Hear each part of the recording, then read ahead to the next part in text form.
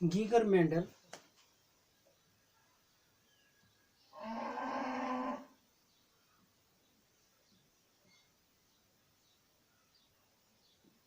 एक बॉटनिस्ट था जिसने पी प्लांट्स पे डिफरेंट एक्सपेरिमेंट किए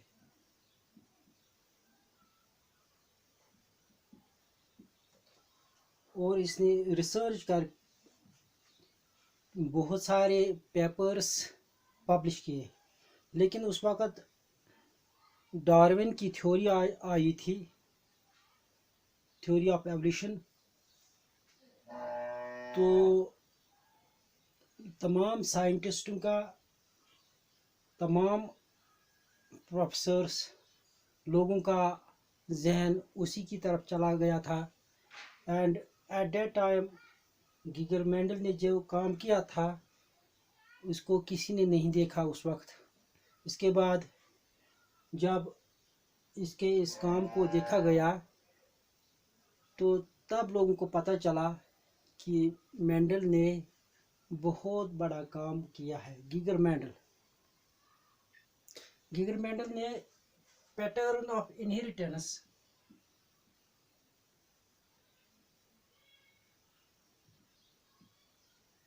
पैटर्न ऑफ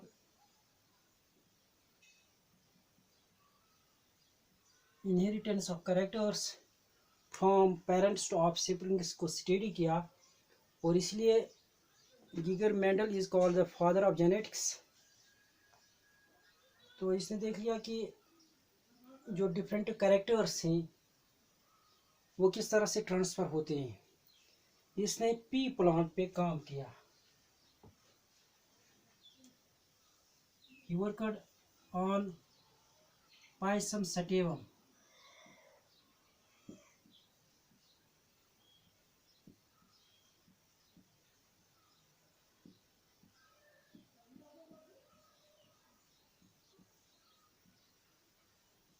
पी प्लांट पे काम किया जिसका नाम है साइंटिफिक नेम पाइसम सटिवम। इसने कुछ कैरेक्टर्स या ट्रेट्स को इस पी प्लांट के ट्रेट्स को स्टडी किया, इस पे काम किया। इसने प्लांट के एक कैरेक्टर यानी कि और डिवॉर्फ कैरेक्टर ले लिया, ट्रेट ले लिया। These are the different round and tall and dwarf, round and wrinkled, yellow and green. These are the different traits और कैरेक्टर्स। तो एक कैरेक्टर है height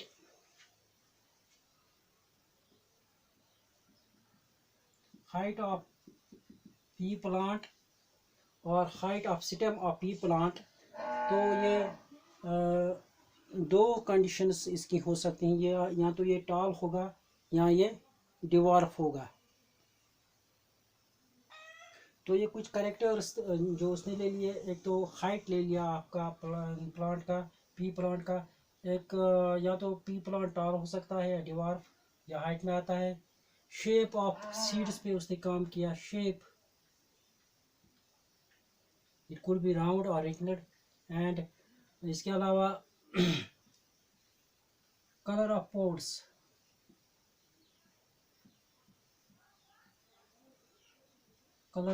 it could be yellow और ग्रीन। इसने क्या किया, इसने डिफरेंट ट्रेट्स को, जो डिफरेंट कैरेक्टर्स हैं जैसे कि हाइट है, इनको क्रॉस ब्रीड किया, इनको क्रॉस किया, इनको क्रॉस करने के बाद इसको F1 जनरेशन मिल गई। और F1 जनरेशन के बाद इसको फिर जो F1 जनरेशन मिल गई उसमें फिर से क्रॉस ब्रीड किया और F2 जनरेशन हासिल किया। जब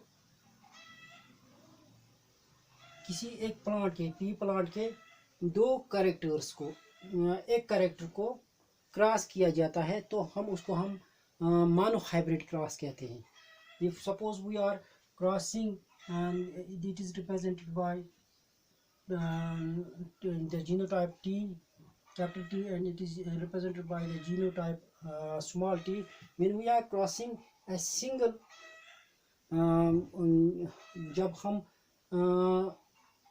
एक सिंगल ट्रेड को क्रॉस कर रहे हों, पी प्लांट के या किसी और प्लांट के या किसी और एनिमल पर, जब हम सिंगल ट्रेड को क्रॉस करेंगे तो हम उसको कहते हैं मानो हाइब्रिड क्रॉस।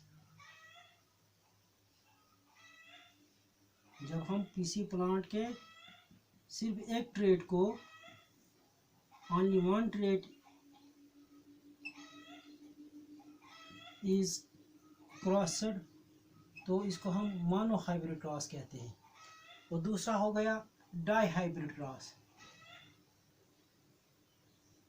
जब हम एक साथ दो कैरेक्टर्स या दो ट्रेड्स को क्रॉस करेंगे तो हम उसको हम two traits at a time,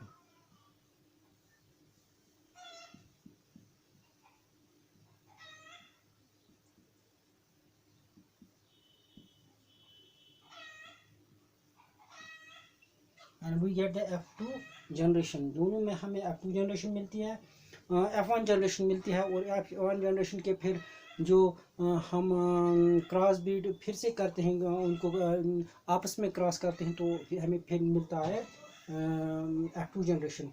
तो अगर एक ही ट्रेड को हम क्रॉस करेंगे that is called mono hybrid cross.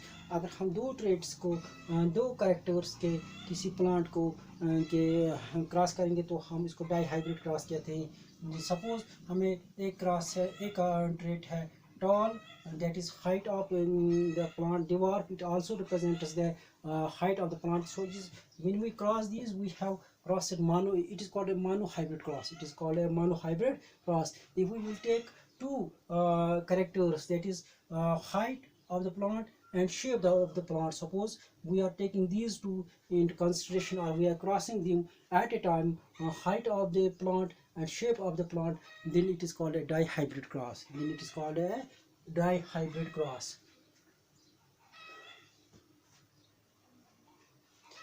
जब हम इनको क्रॉस करते हैं तो हमें एक नया प्लांट मिलता है, एक नया ऑर्गेनिज्म मिलता है जिसको हम हाइब्रिड कहते हैं।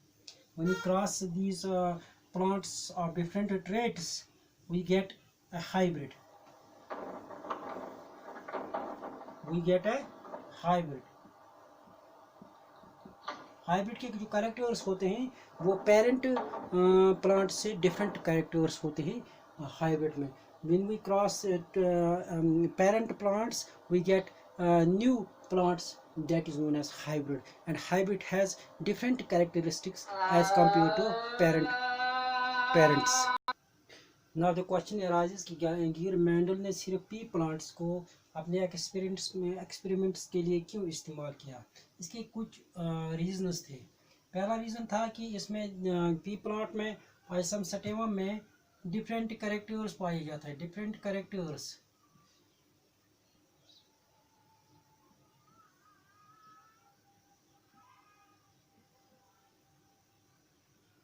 Different characters or traits are found in Isum stemum.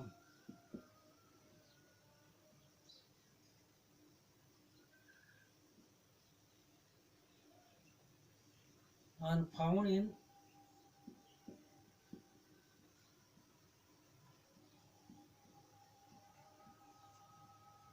stemum.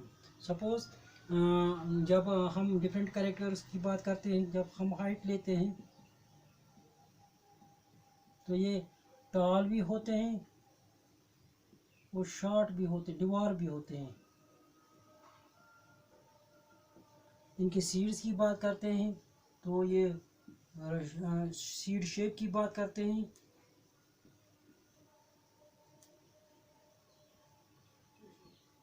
ये राउंड भी होते हैं और रिंकलर भी होते हैं। और इसी तरह पॉड कलर की बात करते हैं, येलो और ग्रीन होते हैं।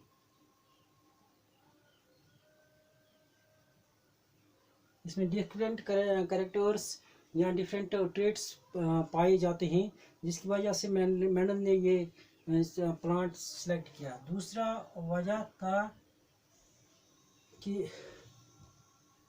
पी प्लांट्स जो होते हैं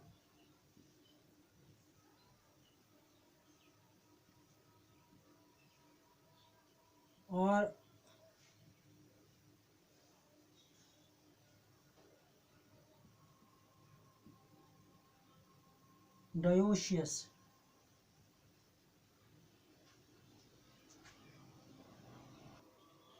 यहाँ हम यूँ कहेंगे पी प्लांट जो होते हैं दे आर सेल्फ पोलिनेटिंग।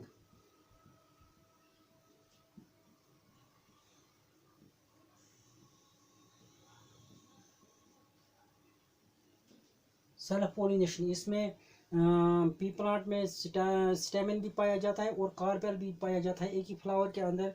जब ये फ्लावर प्रोड्यूस करता है तो नतीजा क्या निकलता है कि सेल्फ पोलिनेशन हो जाती है और इजी होता है कि जाइगोट बनना या जो पीस जो इसमें सीड्स बन जाते हैं वो इजीली बन सकते हैं। ये सेल्फ पोलिनेटिंग होते हैं।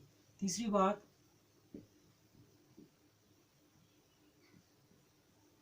pea plants are grown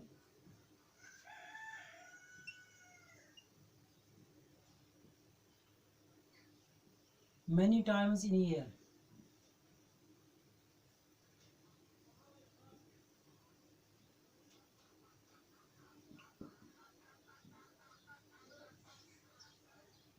they produce many generations in short period of time। ये बहुत सारी generations यानी कि एक साल के अंदर ये दो तीन बार दो तीन जनरेशन या चार generations प्रोड्यूस करते हैं।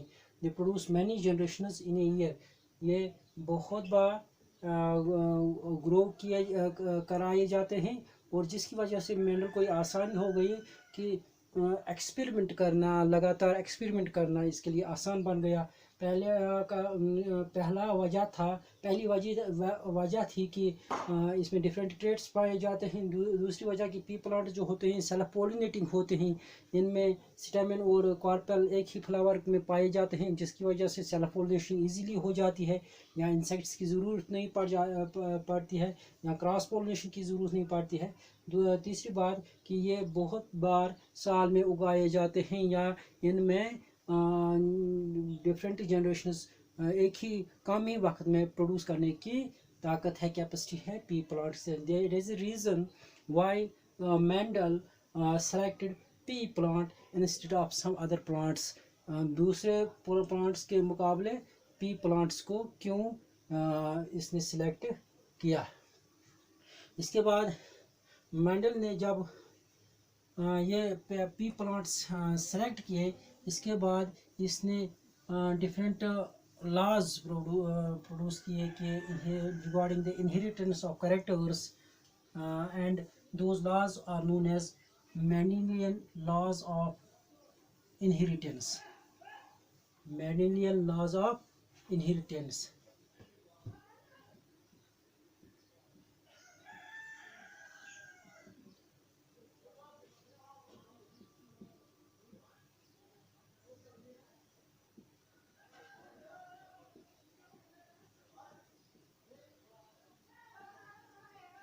तो इसने दो लॉज दे दिए। पहला law monohybrid inheritance,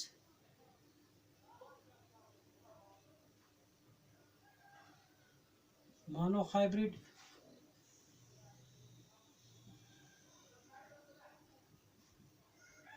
inheritance and law of and the law of segregation and the law of segregation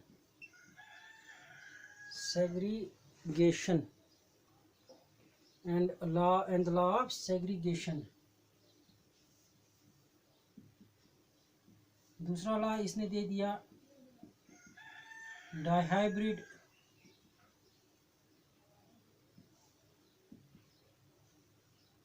inheritance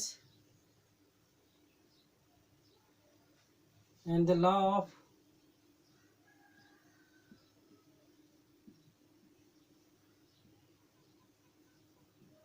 independent assortment।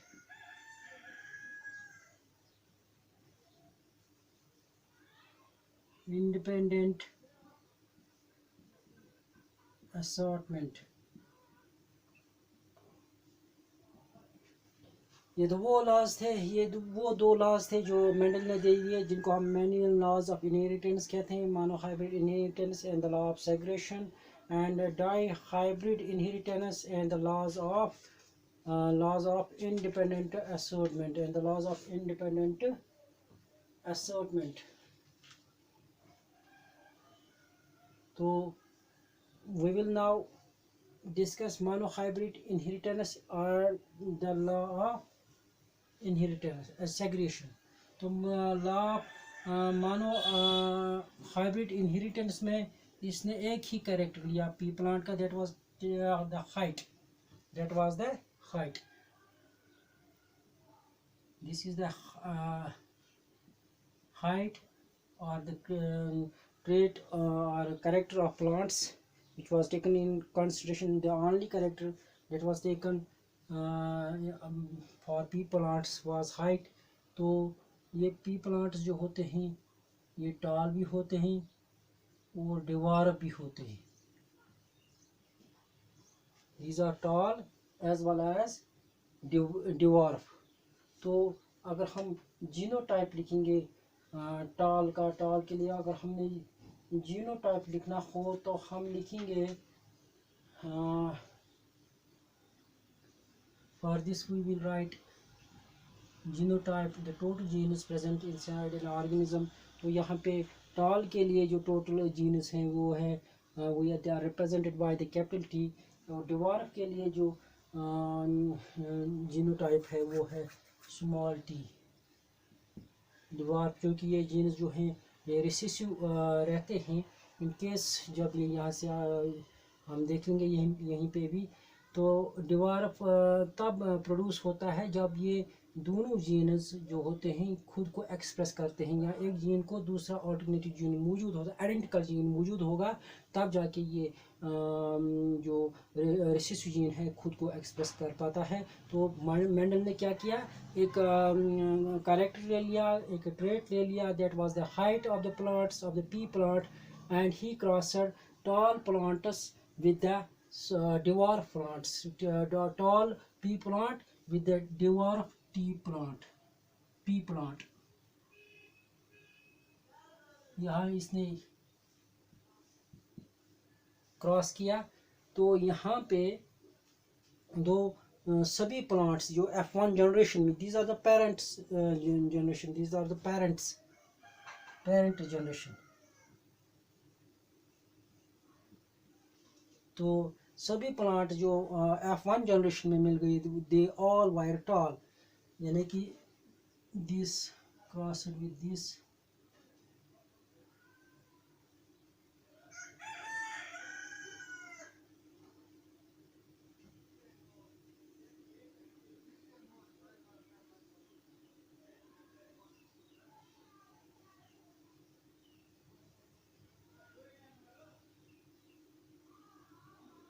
this will cross with this form tt, यहाँ पे भी t.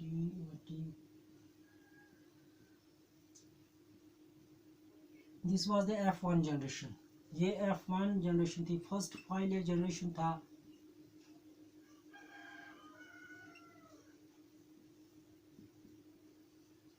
तो फर्स्ट F1 जनरेशन था.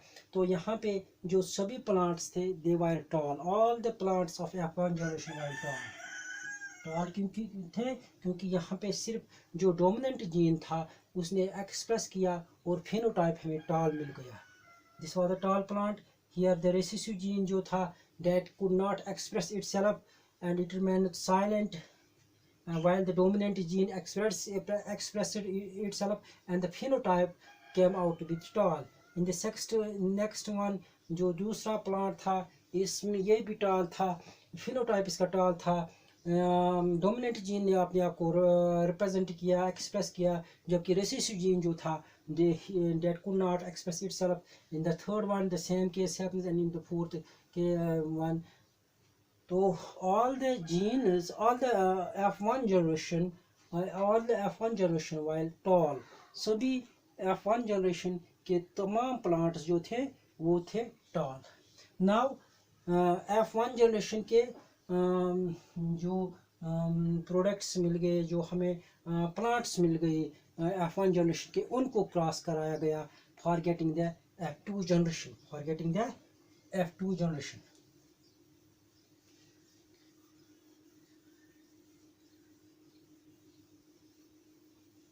In F1 generation, all the plants were tall. So what was the character taken? Height was the character taken.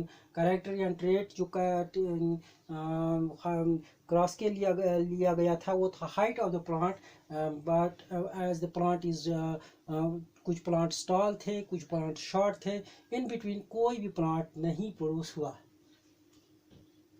Now क्या हुआ कि first generation के plants लिए गए। Now these were crossed with each other, अब इनको cross किया गया। पहले इनको सेपरेट करते हैं हम।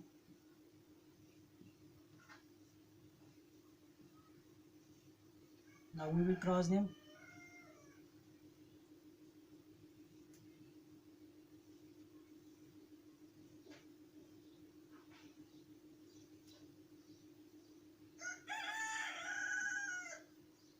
This will become tall। अब इसको इसके साथ क्रॉस करते हैं।